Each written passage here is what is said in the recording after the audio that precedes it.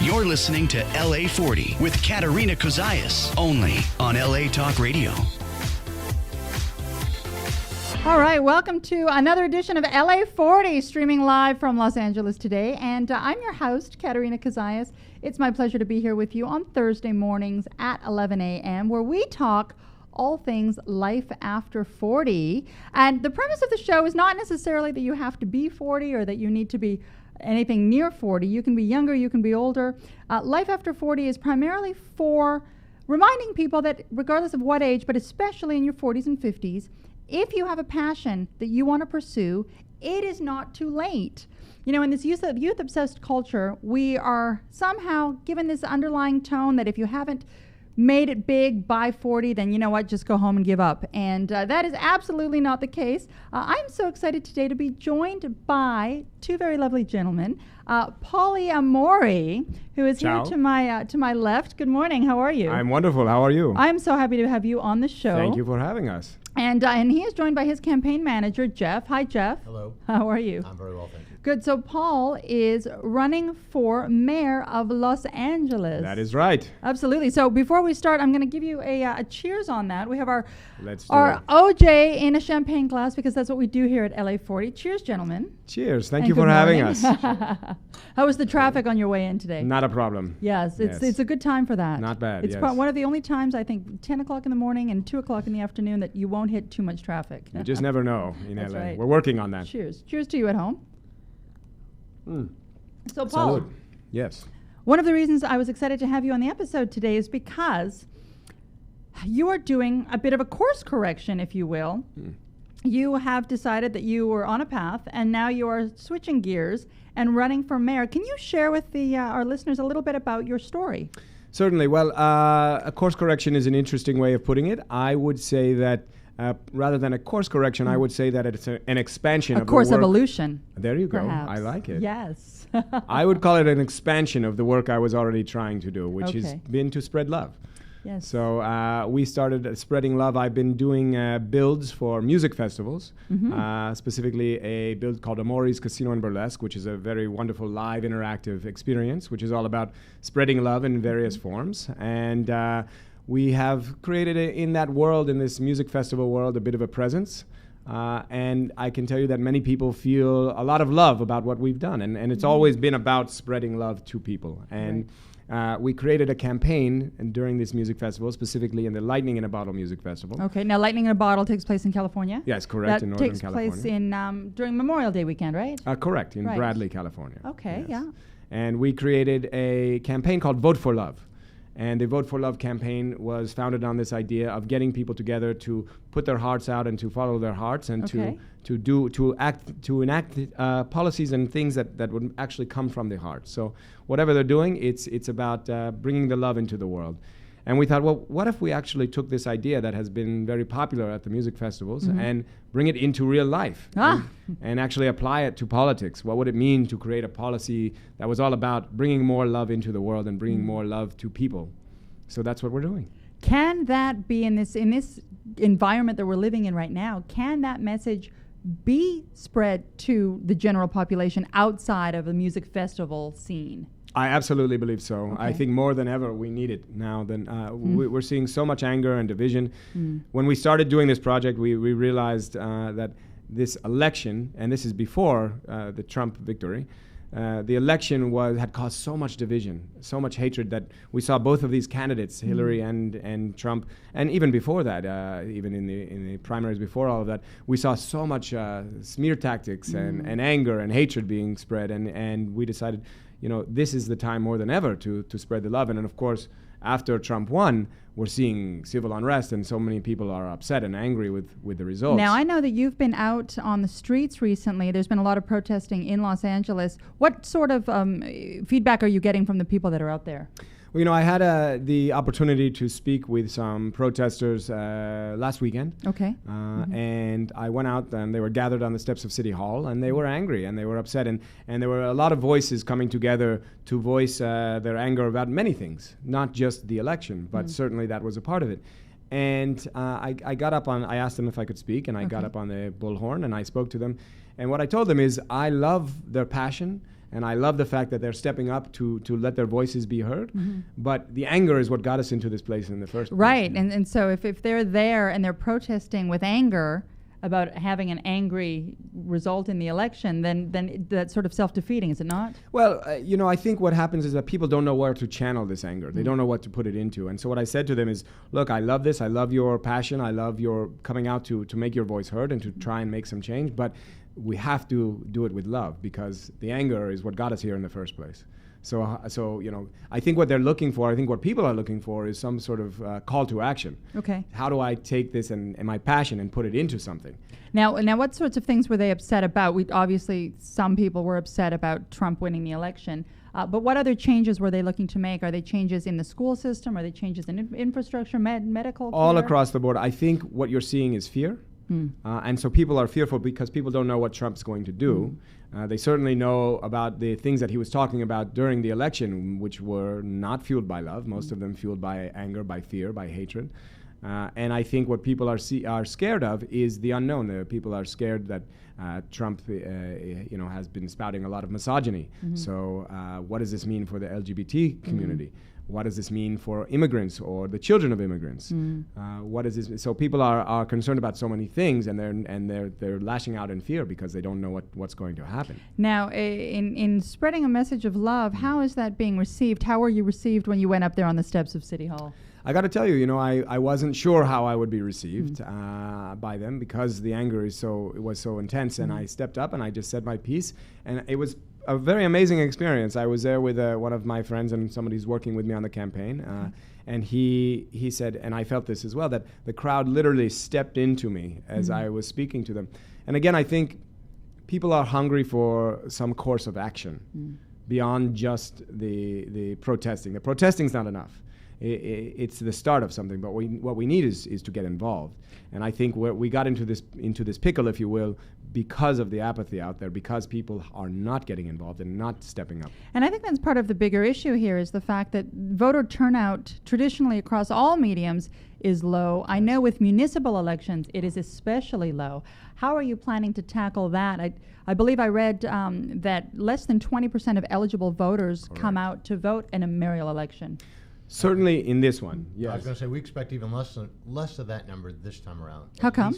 Closer to 17%. That's what they're projecting. Wow. Yeah, they're actually projecting 10 to 17%, and I think that's for a number of reasons. One is that you have a Mayor Garcetti who is fairly popular mayor, and he's the incumbent. Okay. So I think people feel that they've been happy with him. Mayor Garcetti, just to put interject for just a moment, for those of you that may not be familiar with him or the politics here in LA, has put a few pretty popular things into motion. One of them being is he did agree to bringing in a $15 an hour minimum wage. He also is making the bid for the 2024 Olympics to come back to Los Angeles. So he has a little popularity in the city already, right? And he's a lovely man. He'll be running again, correct? So he's the incumbent. Against him? Yes. Mm-hmm. Okay. We have lots of wonderful things to say about Garcetti, and of course, part of our campaign, we don't believe in anything but spreading love, which means we will never speak negatively about another candidate. I love the fact that he's out there trying to make change, and I know for a fact from many people who I've discussed about this with that he is actually out there doing things. He's a good man. He's got a good heart. I think he can go further. And what we're seeing is that, yes, the minimum wage has been raised, but it's not going to get to $15 an hour until, I believe, 2020. Yes, and so that's not enough for people who are struggling to get their wages met now. Right. So it's about going further. I think what we have to be doing is the best possible solutions for the most people as quickly as possible, and that means doing whatever we can and embracing whatever we need to embrace to do so. Now, what does that mean practically? You're spreading love, I understand that, but what other policies would you like to see enacted if you were to win this race? Certainly. So there are many policies that we are specifically concerned with that we feel will bring up the LQ, or the love quotient in Los Angeles, if you will. I like that. Thank you. Certainly, there are a number of issues that any Angelino will recognize as very important to their happiness and their well-being and the joy of the joie de vivre, if you will, in this town. One of them, and the top one for me, I think the issue I'm most passionate about is homelessness. We have, and I heard a term yesterday, and I'm actually preferring to say this, which is people who are experiencing homelessness, because we have to start seeing people as people. As people. Yes. We went Los Angeles, I believe, has the largest homeless population in the USA. The largest chronic homeless population, Wow. which is people who've been out on the street for a year or more.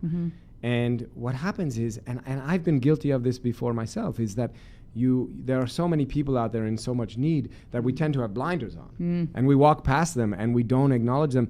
And it doesn't mean that you have to give change to everyone. That doesn't mean that you can help every single person. But to acknowledge everyone, to be able to look someone in the eye and say, I see you, and I wish you well, and I love you. And to treat them with dignity. And I think that homelessness for me is actually one that's pretty dear to my heart as well. And I do volunteer with St. Joseph Center down on Rose and 3rd. Because I look at homeless people and I think, this person never dreamt to be in this position.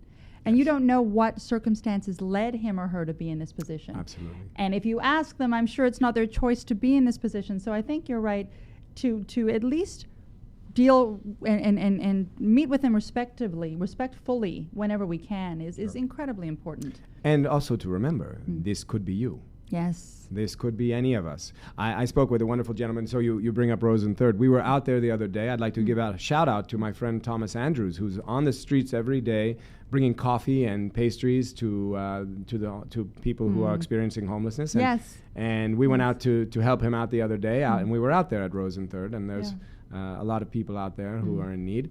And I spoke with a wonderful gentleman, a man by the name of Jose, who is a veteran. And Jose gave up his job and is homeless because he had to take care of his mother, who was sick, and he had to give up his job in order to help her. And that's why he's out on the street. And, this leads again into a broader societal issue, which is, why did he have to give up his job to take care of his mother when a medical system that should be taking care of her is not doing that? Yes. And should we rely on the medical system, or should we be taking that burden on as individuals? That is going to be part of the discussion that falls into line with this new party that we see in power coming in January. Yes, absolutely. And with us as well. Yes. In what sense, Jeff? I said with us as well. Oh. We'll be dealing with that issue as well Yes. as we move forward. You are clearly a very flamboyant person in the sense that, thank you. I was going to say, in the good sense, one of your signatures is the red that you wear. Red is the color of love, after all. How is that received when you go out to campaign? It's definitely catches the eye. So, look, I believe in making a statement, and certainly I believe that in order to, in this day and age, to break through the noise, you have to have a presence, and this has always been my signature, but I believe in being a symbol, right? And if to be a symbol, you have to look the part. Well, and you're certainly rememberable. Thank you very much. I'll give you an observation, because Sure. we've been out on the road quite a bit lately as we've been campaigning and meeting people and dealing with some of the issues. And one of the things that I find the most fascinating is that when people see him for the first time, it brings a smile to their face. And then when they find out what the platforms are, what we stand for, and what we're proposing, they want to hug him. They have all agreed. We haven't met a single person yet that said that's ridiculous or we don't want to get involved with it. They all seem very supportive and very positive. But there's just something about Paul. He is very outgoing. He is very loving. He approaches everyone with love. They love him when they see him the first time. I have to say that. They love him. Thank you. I love you. I love you too. And I love you, Katerina. Thank you. Thank you. Well, I love you as well. Let's spread it. And we are going to spread it. One of the things that I definitely want to do is bring awareness to the fact that there are people out there, you included, Paul, that are looking for change. And I'm wondering, how are you targeting the youth at all? Because I think your message falls a little bit more in line with a Bernie Sanders message. And I know there's a lot of millennials that were very disappointed, first when he lost out to Hillary, but second of all, now that Trump is in power, at least on the West Coast, that is what we're feeling. 100%. And of course, what we are targeting are the disenfranchised. And of course, millennials are part of that, as are most minorities in the city. But people who feel like their voices are not heard and that local politics do not serve them. Of course, the paradox there is that what is more important, what change affects you more than what happens in your own city, in your own backyard. And yet what we're seeing is that, as we mentioned this, with 10 to 17% expected turnout for the next municipal election, people don't feel the love. And so our plan, what we'd like to do, if you forgive me, is not just to ask people to vote for love, which is our campaign, but to love their vote.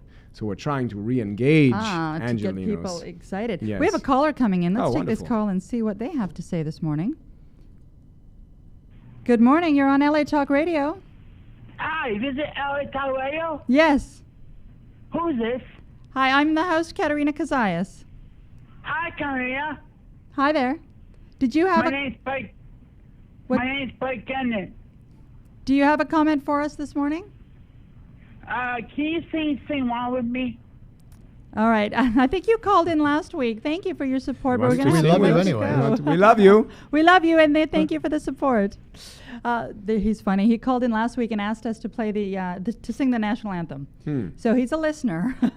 Well, we appreciate the listeners. do appreciate the Everyone listeners. has their own expression. That's I will right. say my clothes, if anything, also encourage people to express themselves. There you go. Yes. But back to your point, Paul. We we were talking about people really becoming engaged, and I think I had read that one of the number one factor for people not voting, aside from general apathy, was the fact that they don't believe that their vote can count. Absolutely. And I think that, we see that it very much can count. We saw it with Yes. George Bush and Al Gore in Florida. We saw it again with this election, with this presidential election. Every vote can count. Some of these ridings had a 1,500 person swing, even less. Oh, you're 100% right. I mean, I was, as I was watching the election returns, I had the same thought. I said, I think at one point, I believe it was Either Ohio. Yeah, or it might have been Minnesota. They were separated by something like 10 votes. Yes. Right. Right. I mean, and that really is crazy. Yeah. So of course, not only does every vote count, but we have to stop thinking of voting as just the act of getting into the booth and voting, because that is one part of it. But you have to vote with your actions. You have to come out and do more than sit on the sidelines. What I'm seeing, and if there is one positive we can take from this election, is that people are mobilizing. I think we would have seen this if Hillary had won as well in a different direction. We would have seen it with Trump's people, but it may be not in our backyards, in the bubble that we live in Los Angeles and in the coasts. But we are seeing people mobilizing, and to me, people stepping up and being passionate is a beautiful thing. And this is one of the premises of the show. Traditionally, the show is meant to remind people and engage people in the pursuit of passion. And so for somebody that is, in their mid-40s, mid-50s, that's feeling a little bit out of sorts, maybe they haven't achieved what they want to achieve, what advice would you give them now that you're pursuing a passion? Was politics a passion for you, or is this a new line? Politics have always been a passion. But, explain. Yes, correct. well, what is politics? Politics are engagement with the people and service, essentially, right? Servicing. So I think I believe that I've always felt the value of being of service. But now more than ever, I'm seeing the importance of being of service to your city, to your community, in a broader sense. And I felt like I had no choice but to step up and start to be the change that I want to see in the world. Absolutely. And I think you can do that at any age. Yes. We sometimes, I think you'll agree with me, I'm sure this is in part what your show is about, that many of us hit our stride after 40. Yes. There's a confidence, there's a willingness to put our money where our mouth is and I think get out there. You take all the experience you've had from 0 to 40 and you really harness that with the person that you can be, and you then have the confidence to go out there and be the change you want to be and see. And I commend you for that. Well, I commend you for what you're doing. Well, thank you. We have a topic of the day that we tackle during our show, so I'm going to read that out to you. We're going to banter a little bit, and I'm also going to invite you at home to participate. If you have any comments about this particular question, do call in, because we'd love to gab with you. All right, topic of the day, gentlemen, is this. I'm excited. Here we go. One of the attributes that we're not often taught is self-belief. Often it's considered arrogant to have too much self-confidence self-confidence and believe that you're capable of, excuse me, and believe that you're capable of achieving what you really want to achieve. So how much self-confidence is too much self-confidence? And would you consider Trump as being a confident man, or would you consider him being a narcissist? How much is too much? I personally believe Trump is anything but confident. I think how so? Well, I think Trump is a lot of bluster. But we've many of the reporters who were commenting on the election would talk about, or anyone who knew him would talk about the fact that he requires so much validation constantly, which to me is not a sign of security. Now, interesting. Narcissism, yes, I would give him that. But more importantly, I think that it's a question of there's a difference between self-belief and self-promotion and really coming from an authentic, heartfelt place. I feel like Trump wavers all over the place with his positions. That to me does not show a truly authentic, self-confident person. Correct. I don't know that the two are mutually inclusive. Okay. Just because you're self-confident, you're necessarily narcissistic, and I think that sometimes that you are confused for both. Now, that doesn't mean you can't be both. You can't be narcissistic and self-confident. But I think there's a point where, and this may sound overconfident, but there comes a point where people that are less confident automatically view people that are very confident as being narcissistic. That's an interesting point. I'd like to read our number out to our listeners. It's 818-570-5085. That was 818-570-5085. Jeff, to your point about self-confidence, I find that is a similar path with people that don't have a lot of money. They look at people with a lot of money as being somehow bad. And, people with little confidence look at people with a lot of confidence as somehow bad. Correct. That's not necessarily the way it works. Absolutely. You're correct. Right. It's not. Yeah. I mean, look, you don't make a lot of money by being stupid. Let's be honest. You don't gain wisdom by being stupid. Well, if you fall into it, perhaps. And I don't mean to be insulting to anyone. I'm sorry if that sounds self-confident. Right. But the thing is, I remember growing up in school, and if you had a lot of self-confidence, that was sometimes well received, but sometimes it wasn't. And you see sometimes you get these kids that are valedictorians that are very smart and very good at what they do, and they're not well received by the rest of their peer group. So sometimes it's a little bit difficult, and I know in the UK especially, I had read an article recently that they were really trying to build up self-confidence in kids because it's not something that's very often revered out there. And I think that's something that we need to work on in our school system today. I could tell you that I have at points been told that I'm intimidating to people because I'm very focused on my purpose.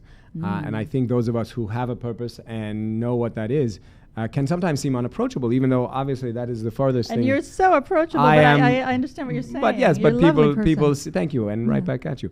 But people see me and they see me doing my thing, and they think, wow, that's beyond my capabilities. And I will tell you, everyone is capable of so much more than you think. Even myself, I surprise myself all the time by what I'm able to take on and do and accomplish. And I think the best way to become a confident human being is to just get out there and try, because we are afraid of failure, but failure helps define us. We learn more from our failures than we learn from our success. Ask any great entrepreneur, they'll tell you that. That's right. Jeff, how did you become involved with Paulie Amori's campaign? Well, I can honestly say that I've known Paul his entire life. Okay. And we've become very close friends. We've worked together in other capacities, and Paul has not only been a very close friend to me, but in many ways a mentor to me as well. And I can tell you that my life has changed and become much more positive just by being within his circle.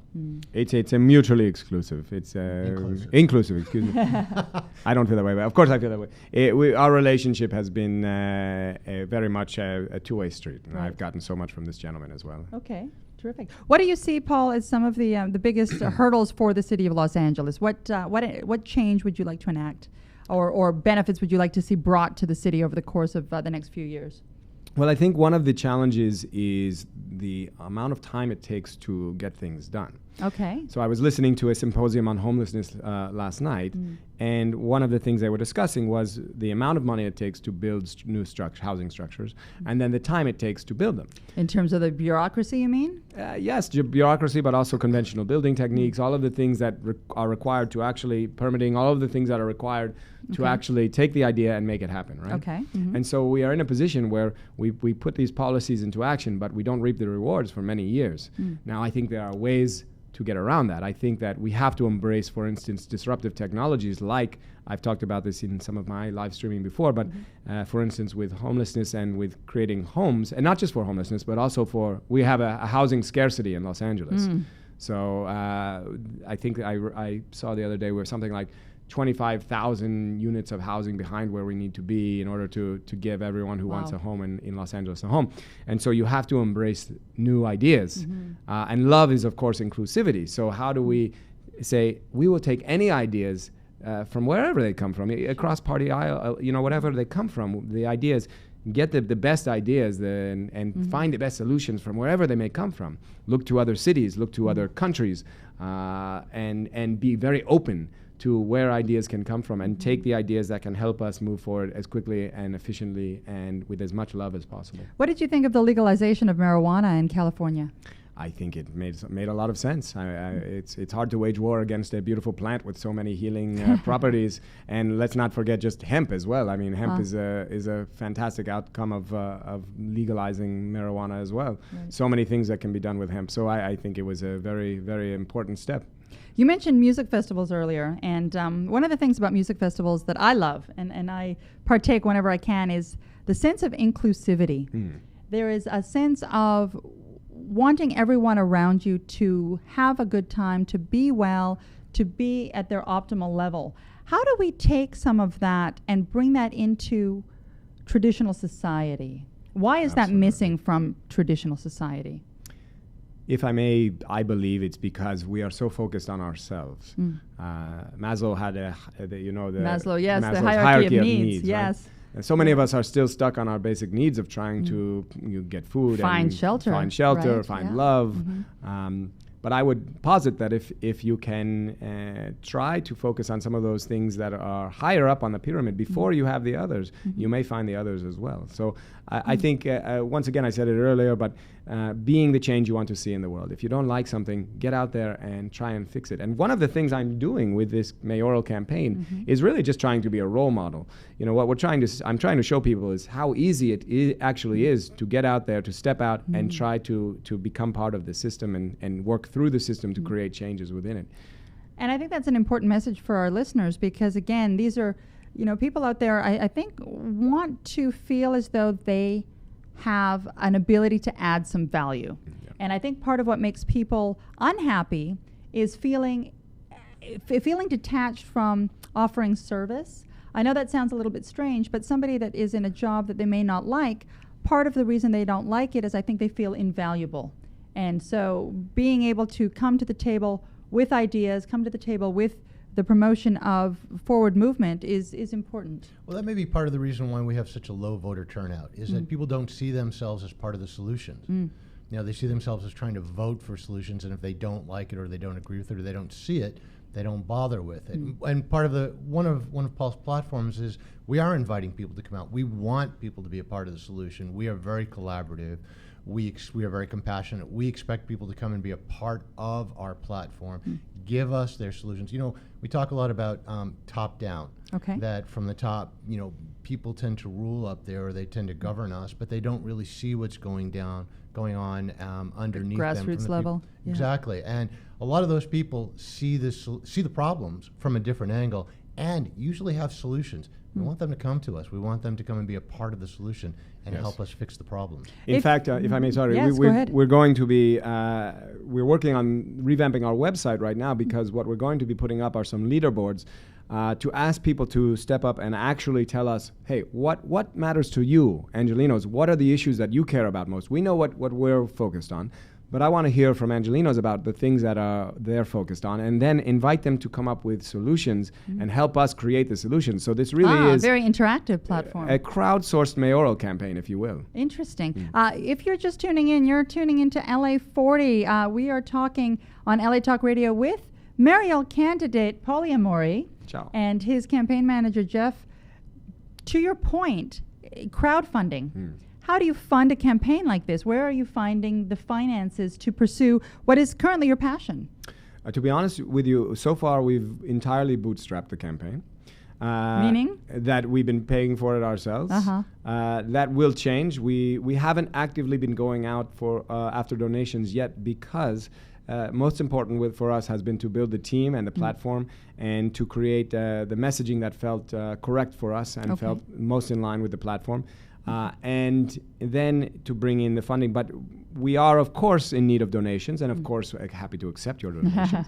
But more than money, we are looking for people's hearts. Mayor Garcetti has raised a war chest of over $2 million for the election. We not only can't compete with that, we don't want to compete with it. I don't believe that kind of money should be in a local election, especially with considering the people that are showing up for the election. So. We are far more interested in engaging people's hearts and running a very lean and mean campaign where we only take the money we need to move things forward. And so we will be going after our community and crowdfunding and crowdsourcing for the campaign. But we really want people's ideas and energy and their hearts. I think that is more valuable than anything else. And if you're listening now and you are local to Los Angeles and you do have some ideas of what you would like to see changed or addressed, please feel free to call in now. We're at 818-570-5085. That's 818-570-5085. And even if you're not local to LA, because we are streaming digitally and we are all over the world right now, what are some topics that concern you? Is it homelessness? Is it global warming? What are the things on your mind right now that you feel need to gain a little more attention in politics across the board? Jeff, how about you? What do you find as sort of the number one issue that you as a Gen Xer would like to see addressed? I have to admit, I'm aligned with Paul in that homelessness is one of the key issues. It breaks my heart when we drive around the roads and you see people begging for money on street corners. But more than that, we were, as Paul said, we were down at Rose and 3rd a couple days ago, and the gentleman, Thomas, who's been feeding the homeless for so long down there of his own volition, I've been assisting him quietly by buying not just food but clothing. Like you think about the homeless as just not having a home, but there's so much more that they need. I've been buying socks because the weather is about to turn cold soon, and not only do not most of them have clean clothes and clean socks, they don't have shoes. They don't have I bought shoes for a beautiful woman that we met, Kiki, the other day, who was walking around in socks and barefoot, and I got her shoe size, and the other day I bought her some shoes that I'm going to go bring her tomorrow. It breaks your heart. Yes. But in addition to homelessness, we're very concerned with cost of living. Cost of living out here in Los Angeles is I think the second highest to maybe New Jersey in the United States, which is difficult. I just heard that for every 2 home buyers that are buying new homes out here, 5 more are actually leaving because it's so expensive. Right. So we're losing people. In addition to that, education, the state of our roads and traffic is a huge issue out here. Green initiatives. Green initiatives. We're very involved with that. There's quite a bit of that I find that I want to get involved in. I want to see us find solutions to. Yes. Proactive solutions. Absolutely. Yeah, that's great. Paul, where can people find you? Did you have a website? You mentioned a website. Absolutely. Vote4love.com. That's vote4love.com. And of course, we're very active on social. So please reach us and like us on our social pages. It's Facebook is Amori, Twitter also Amori. Find us and get involved and get engaged. And we have on the website, we have places for you to sign up to volunteer, to donate, to just get a newsletter from us. So there's a lot of places to get active on. Now the election, we forgot to mention this. The election is taking place on March 7th, correct? Correct. If there is a candidate that gets enough votes, 51%, he will automatically become mayor. Correct. If, however, these are the primaries, no one candidate reaches the 51%, then you have a second vote with the top 2 candidates May 16th. Correct. Okay. Yes. Are you ready for this race for this next 4 months? Absolutely. We've been training hard. We've been doing lots of love calisthenics, bench pressing some hearts. A lot of hugging. A lot of hugging. A lot of I've got hugging. my arms are good from I hugging. don't think you can ever go wrong by spreading a message of love. No. As long as it's a pure one, an authentic one, absolutely. Yes. Yes. Yeah. So, Paul, are you born in LA? Or were you from here originally? Well, like many Americans, I'm an immigrant from Okay. all over, but I like to focus more on where I'm going than where I'm from. Absolutely. Yes. Absolutely. How about you, Jeff? Are you local to LA? I'm not. I'm from the East Coast originally, but I've been here Okay. for almost 3 decades. I don't know that there are too many people that are local. Most people are coming from somewhere, myself included. So, I like to say that though my origins can be traced back to the old country, my roots are firmly Angelino. And I have been here for over 16 years myself. Absolutely. We have a caller coming in. Let's take this call and see what they have to say to us today. All right. Good morning. Hi, LA Talk Radio. Hi, yes, I'm actually calling in from Miami. I'm originally a West Coast girl. Hi, how are you? And good. So I have a question for Mr. Amori concerning, I see that you're a mayor of the Lightning in a Bottle Festival, which is all about going green. And so I was curious, with global warming being such a huge issue, here in Miami, the only thing we've really done to go green is we've raised the streets, which has caused massive flooding, which isn't really so much of a solution. So what do you propose to do for the city, county of Los Angeles to encourage the city to go more green? Hello. Nice question. Great question, and thank you for calling all the way in from Florida. How's the weather out there now? Hot? It's cooling down a bit, not quite like LA temperatures, but yeah, we've reached some 60 degrees at night. It's nice. We're enjoying it. Wonderful. Well, I appreciate your question. I think we have a problem in Los Angeles that, of course, has a direct impact on global warming and on the environment, which, of course, is our terrible traffic. I very much would like to see LA become a sort of shining beacon of new technology. I believe if we could get driverless cars on the freeway and electric driverless cars on the freeways, not only will we help to alleviate this problem, but we will drastically reduce the amount of cars required to be on the freeway. We can, and then of course green initiatives all across the board.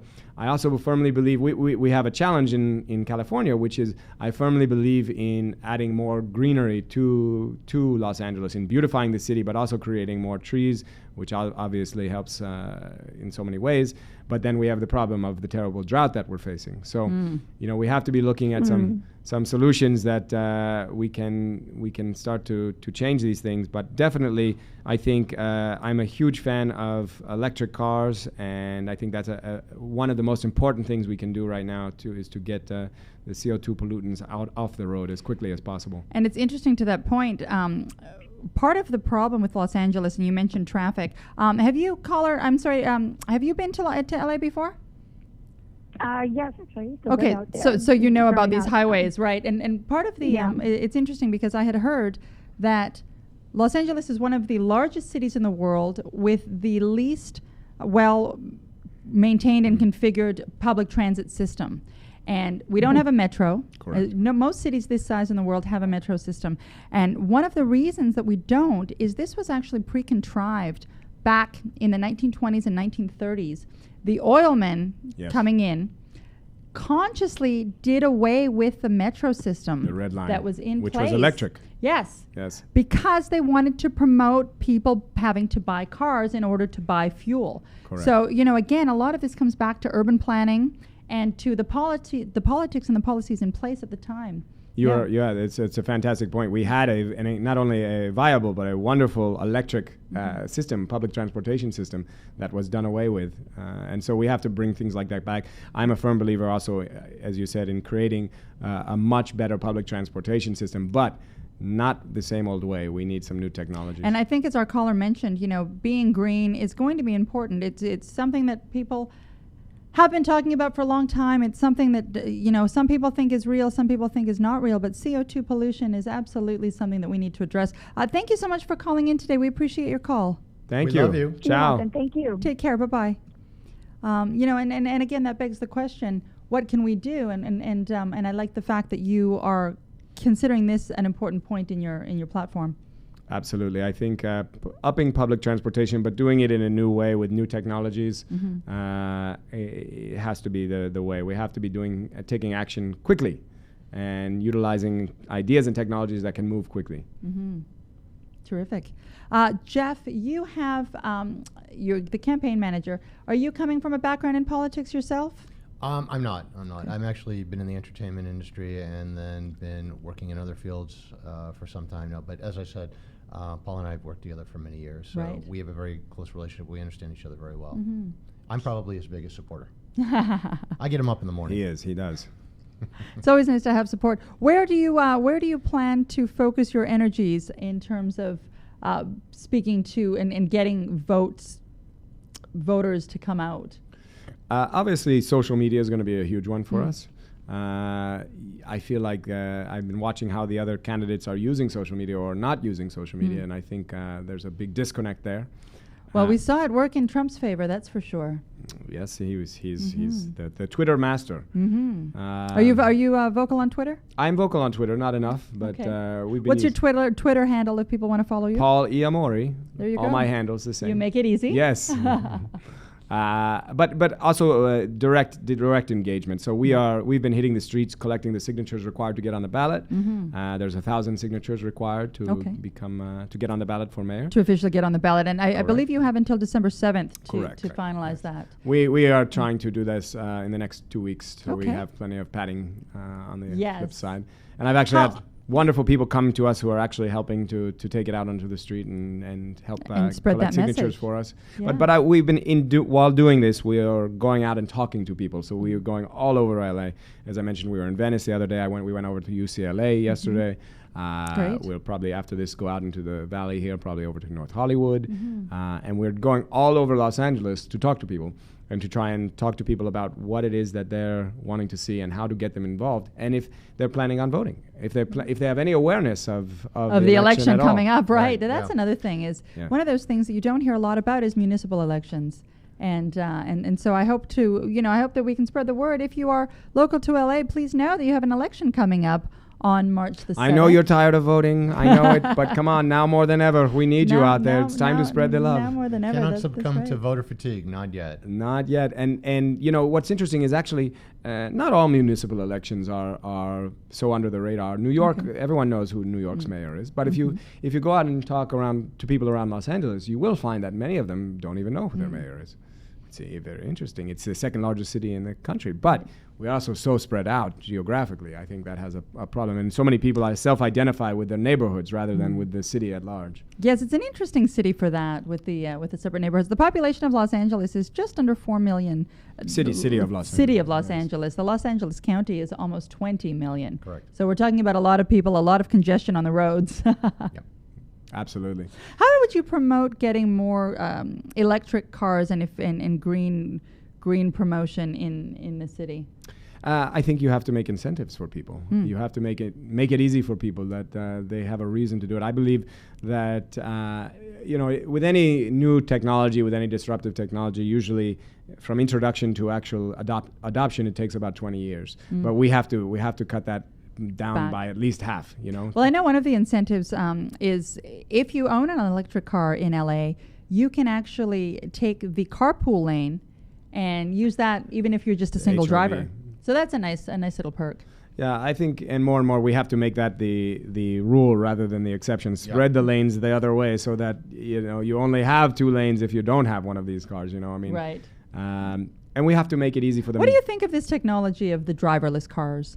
I think it's absolutely essential. Are you nervous at all? I am not. Interesting. I think it's essential for us. I think in 5 to 10 years we'll wonder how we ever drove cars. I mean, the efficiencies will go up so dramatically. We will find that we are massively overbuilt with our roads as well as our parking garages. We will get so much land back. People have one of the issues that comes up with homelessness and building of shelters and homes for the homeless. Where do you put them? No. Well, when you get driverless cars on the road and we can massively reduce the amount of parking structures and garages that we have, suddenly there's a lot more land to play with, and that will help with our housing shortage as well. Right. So I think it's essential technology, and I'd love for LA to be one of the first to get driverless cars on the road. To really get them. I had heard that I think it's A driverless car electrically handles or has 600 shoulder checks in the span of 30 seconds. That's a heck of a lot more than a human being. Well, let me ask you this. In terms of the safety. It's simple. Do you trust Google Maps more than you trust yourself to, for instance, to get navigate? to somewhere? Yeah, because there's so much more information coming that you have no access to. That's what I believe. I mean, it's a simple equation. We have, this is a place where technology can work for us and make us better and happier. And think about this: the traffic will go down so drastically. But we also have to include public transportation in that. Right, absolutely. Although I have to wonder how it's going to affect Uber drivers. Can you now be an Uber driver and just send your car out while you stay Well, that's home what and we're work? going to see. People will not have to own their own cars. Cars will become there to service us. The people won't actually require their own cars in the same way that we do now. I think we'll continue to see things move even quicker and quicker and quicker as we head into the future. Gentlemen, thank you so much for being here with us Great today. pleasure. I want to you very wish much. you all the best in the future with this campaign. Thank you so much. It's been lovely to have you here. Tell us one more time where we can follow you, what your website is. For those that are looking for an alternative and looking to spread some love, please find Paulie Amori and his team and support them in this effort. And look, I'm not here to tell you how I'm going to do things. That's the old way of doing politics. I want to ask you to help us make the change. I want you to come out and be a part of the change, be a part of creating policies with us, be a part of telling us what issues you care about and how you vote for love in Los Angeles. So go to voteforlove.com. Also find us on Facebook, like Paulie Amori on Facebook, on Twitter. We are all over the place. Thank you so much. And it's the number 4, so it's vote4love.com. Voteforlove.com, March 7th in Los Angeles Mayoral Elections. I'm Katerina Cozias here for LA40. Thank you for being with us. We are going to be back with you next week with another special guest. Let me just get this computer sorted here. But yes, it was a nice hour and also a nice message that you're spending. Yes, A very and I'm loving feeling hour. the love. I feel the love. We feel the love for you. We'll Thank bring you it so in much. when the There we show's go. over. We'll And if bring it anyone in. wants to join us spreading the love to LA, please don't hesitate. Don't hesitate. They could use your support, and we could all use the messaging of spreading love. So I'm definitely going to take that away with me today. All right, LA40, thank you for being with us. We'll see you again next time.